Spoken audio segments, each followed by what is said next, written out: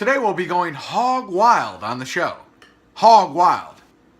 Not really, but actually we're going to be counting down my top 5 favorite films of all time. Now, as a film fruitcake, a film connoisseur, a film lover, do any of you guys have a favorite film of all time? Like one in your collection or throughout your lifetime that you've seen that you always go back to? It's the one movie you take with you no matter where you go, or the one movie you can watch over and over and you can recite line for line. I'm going to show you 5 of those films of mine today that have stuck with me for my lifetime and that I love and I have multiple copies of on different formats and things like that. So let's go hog wild, huh? Top 5. Showtime? It's time to go, baby. Here we go. Enjoy that ride. Let's go. Oh shit. Damn. Ooh. Oh my word, thank you for watching the Lewis Switcher Show. Thank you.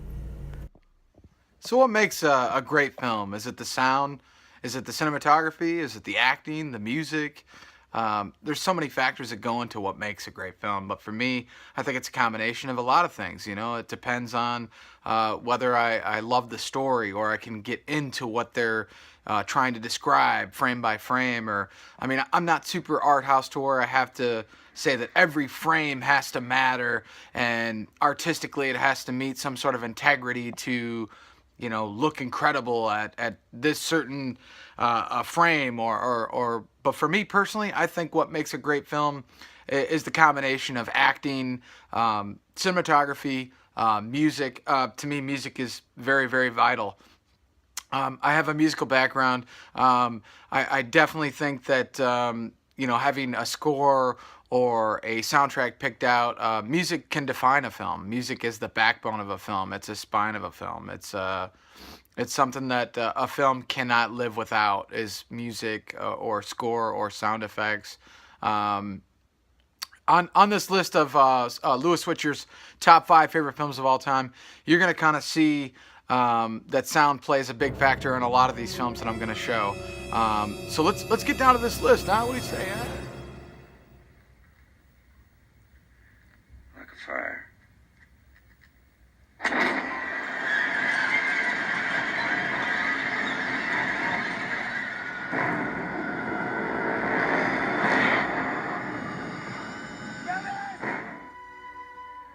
We've been telling you the truth since the beginning. And now we're ready to prove it. We'll take your damn lie detector test. You set it up. We'll be there. You go ahead. And if any of you got anything to say about me or my crew, you say it now. Or you say it to my face. So it's scenes like that that really define why I love this movie so much. Fire in the Sky was based on a true story. I don't know if any of you out there have actually read Travis Walton's book, but actually in that scene with Robert Patrick in the town hall meeting, the real Travis Walton is actually in that scene in the church. But yeah, this film has so many great sequences and acting, and Robert Patrick has always been one of my favorites.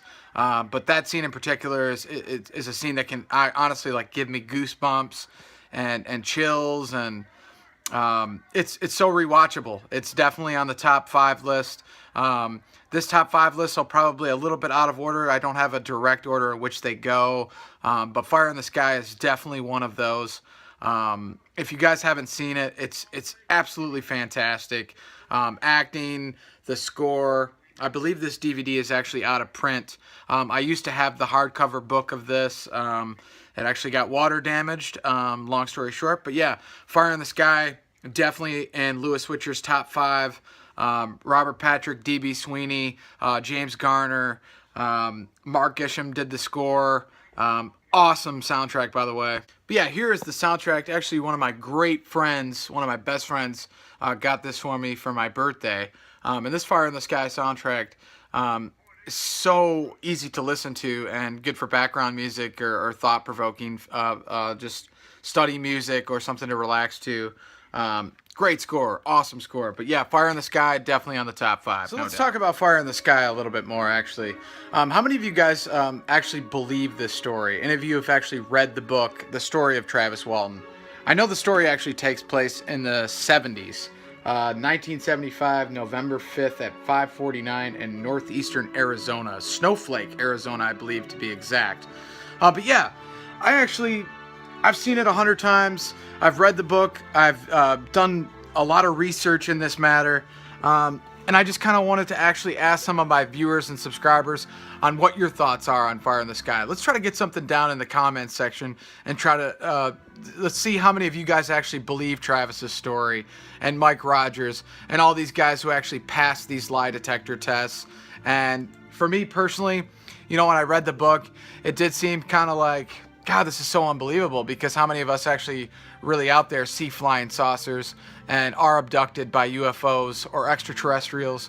But me personally, I've always been really, really fascinated and interested and intrigued by the idea of, you know, humans are possibly not the only species on in this galaxy. You know, there's got to be some sort of other extraterrestrial life out there on different planets. And for me personally, I believe Travis. I don't think any of those guys had any reason to lie.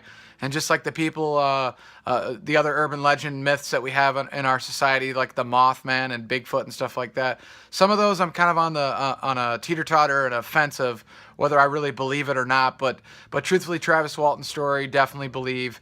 Like I said, definitely in my top 5. So glad that I own this. If any of you guys actually find this at a thrift shop or online for a decent price, I would definitely snag it, because I don't really think it goes for cheap. But God, what a great flick. So much fun to watch. Robert Patrick's performance in this is probably one of my all-time favorites. I thought, you know, after Fire in the Sky and Terminator 2 and From Dusk Till Dawn 2 and a lot of Robert Patrick stuff, he would have been like a huge A-list star. Not to say that like his career wasn't successful or anything, because it very much was, but I just figured after Terminator 2 especially, Robert Patrick would have been cast as like a lead villain in, you know, hundreds of films because of how intense and intelligent his performances are. But moving on, let's keep it going.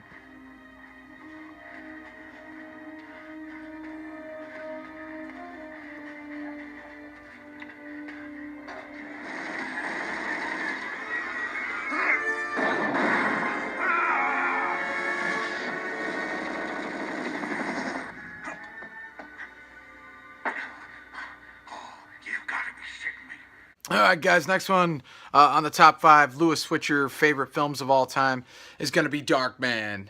Darkman is absolutely one of my favorites. Sam Raimi, Michigander. The guy did such a great job of creating such an enigmatic character, and the simplistic look of his costume with the gauze over his face, the black hat, the black trench coat, the inferior rage that causes him to have this incredible amounts of strength at once and be able to create this synthetic skin that lasts for only 99 minutes, but he can disguise himself as almost anybody. And I have this Scream Factory Blu-ray as well. I do have the VHS tape. I wasn't able to find it though. But Darkman has always just been one of those films where as a kid, definitely remember renting it quite a bit before I started collecting. And Liam Neeson kicks ass. I mean, this is way before his Taken days and stuff like that. And personally, I think it's Liam Neeson, some of his best work. And on the Scream Factory release, which actually, I'd like to actually do a submission into T-Money 86's contest for Attack of the Puppet People on Blu-ray, because this is without question my favorite, definitely my favorite Scream Factory sci-fi film that Shout / Scream Factory has put out. Absolutely adore this release. It's got some incredible interviews on here. I mean, Liam Neeson shows up in the documentary on this feature. Frances McDormand, Sam Raimi.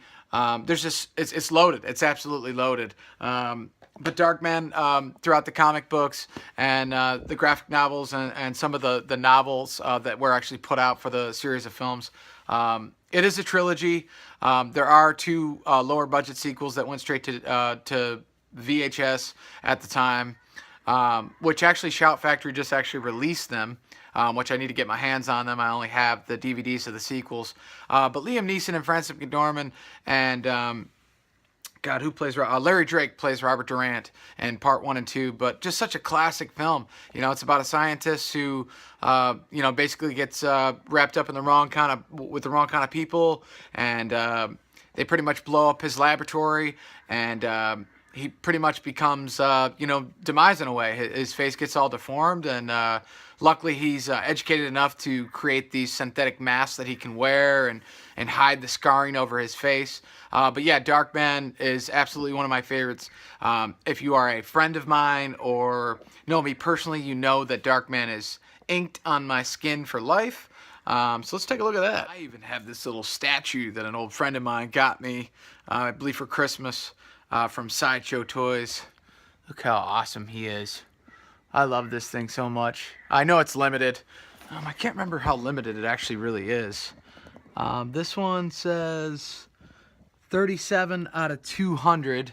I don't know if you guys could see that, but yeah, here's my little Darkman statue. It's pretty cool. It's pretty detailed.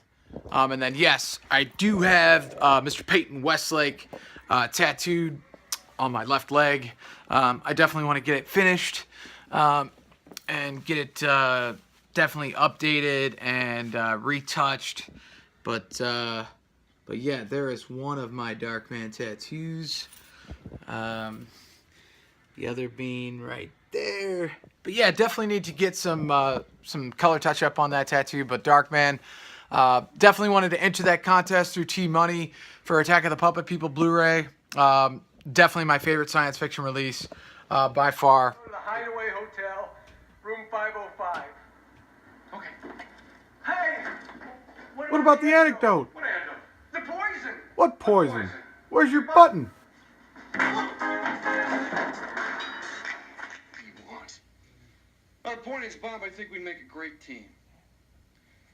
If you don't mind me working while we talk to you, I'm under a little time pressure here. I can see you're a sensitive guy. You know what? I've never even been to college, and you never will.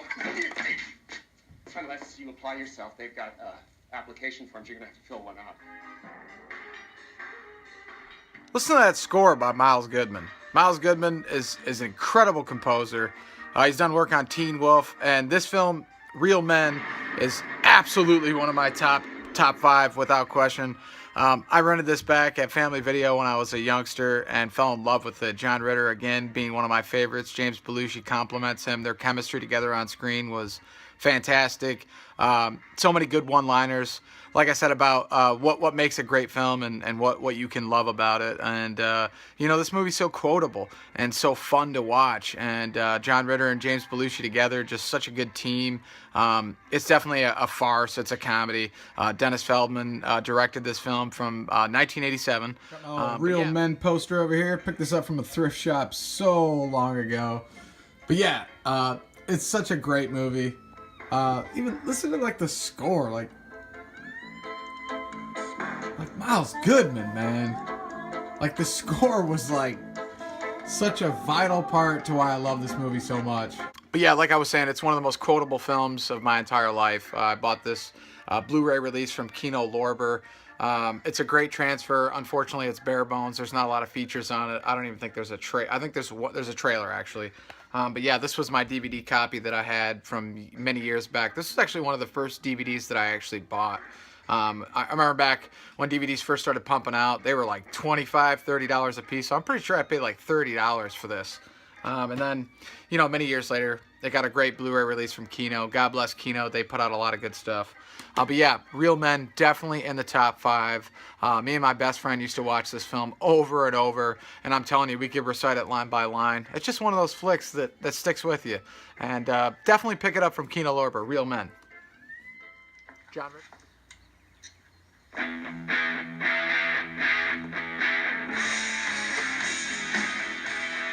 With that little clip playing, can any of you guys guess what's next up on the Lewis Switcher top 5 favorite films of all time list?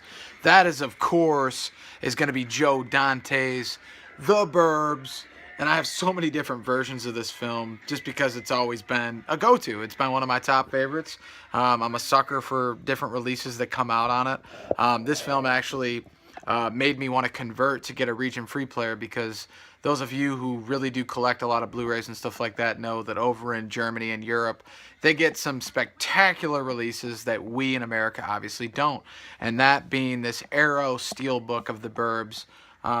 It's just a beautiful steelbook. I'm not even a big steelbook collector, but this Burbs steelbook, like, is amazing. I mean, it comes with like a really, really awesome book inside.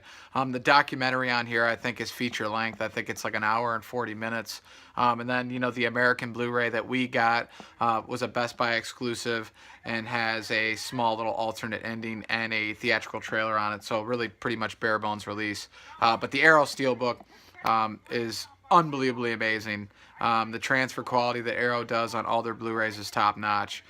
Bruce Dern, Rick DeMunkin, Tom Hanks, Carrie Fisher, Corey Feldman, Courtney Gaines. The cast kind of speaks for itself, and it's a film that just really, really holds up today. If any of you guys ever grew up in suburbia, I mean, I lived in a suburban town for quite some time of my life, and you know, it's the suburbs. Things are going to be funny and silly and schlocky, and it's suburbia.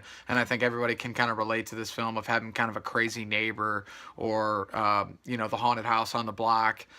Just stuff like that. It's just such a great, well-made movie. And I think as far as like genre goes, like, how do you classify this? Is it a horror film? Is it a comedy? I think even to this day, a lot of people have trouble deciding what genre to really put the Burbs in. But shout out to my Aunt Kim, actually. Me and my Aunt Kim love this film, and we actually talk about it every time we see each other. It's just one of those things that we connect on. And gotta love the Burbs. It's just a classic American film, one of Tom Hanks' best. This is the first DVD that I bought of the Burbs. I do have the VHS tape, another one of those that I couldn't find. I just had boxes and boxes of tapes. But just another film that you can really, really watch and just, you know, you can quote and you can enjoy multiple times. The rewatch value on the Burbs is very high. Jerry Goldsmith's score for the film is magnificent, marvelous, all those things.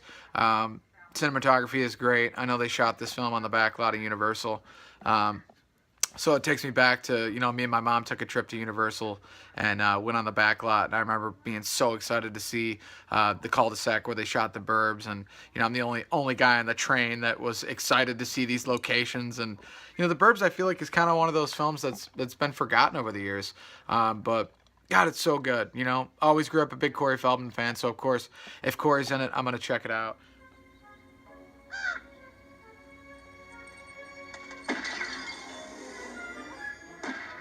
Art's got a gun.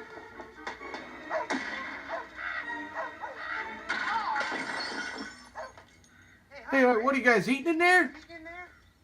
Whether you're a filmmaker or you're not a filmmaker, whether you're just a huge fan of film itself, this film needs no introduction. 1978, Jamie Lee Curtis, Donald Pleasance, John Carpenter, Deborah Hill, some really talented people back in the late 70s made an independent film that went on to be, I still think to this day, one of the most successful independent horror films, or actually just independent films in general.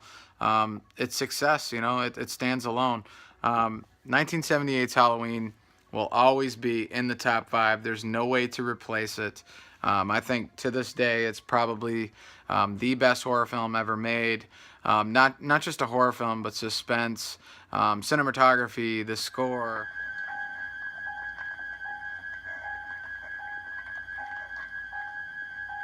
Oh, look. Look where? Behind the bush. Hey, creep! Yeah, this little box set from Scream Factory is obviously a must-have for Halloween fans. It contains all the films, even Rob Zombie's, his 2 crappy films that he contributed to the franchise, unfortunately. But yeah, Halloween is absolutely incredible. I have this little lenticular VHS copy of it. I have the Digibook Blu-ray that came out, but another one that a lot of people probably still may have, this little VHS little double tape with it's got a little keychain inside, and it's pretty cool. A little orange tape in here. Got a little keychain still in there. Got some merchandise booklets, but definitely something that I wanted to keep around. Watching Halloween in the background, as you can hear. totally, definitely one of the best films ever made. We don't even need to talk about how effective the film score is. I know John Carpenter is currently on tour performing some of his film scores, and I guarantee you, a lot of the stuff from Halloween was performed during his tour. And much love to the Halloween community in general. I was happy to be a part of the 30 Years of Terror convention in Pasadena. I actually got to live in Pasadena, so I lived in Haddonfield. I went to school out there, and loved the fact that every Halloween I could trick or treat on the streets of Haddonfield and South Pasadena. But yeah, it's a big part of the reason I love films and I got into horror films. Because it scared the living shit out of me when I was a kid, and it kind of I don't know if it still does today because of the amount of times I've watched it, but who doesn't love the film Halloween? Like, who really does not love this film? So we got one more to go here on the show, and I had mentioned it in a previous episode, but we're going to knock that right out and get it out of the way. But yes, that film is definitely my favorite film of all time, and that being Coupe de Ville. Coupe de Ville is just an absolutely fantastic film. I don't want to go into it too in depth again because I mentioned it in a previous episode. But Coupe de Ville, such a great film. Let's take a look at this. Do that again.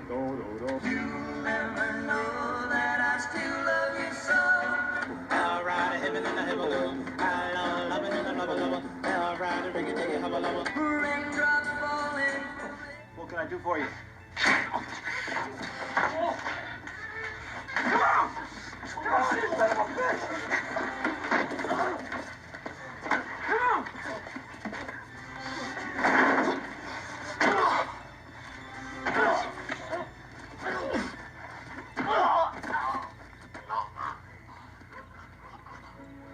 You touch my brother again, I'll kill you!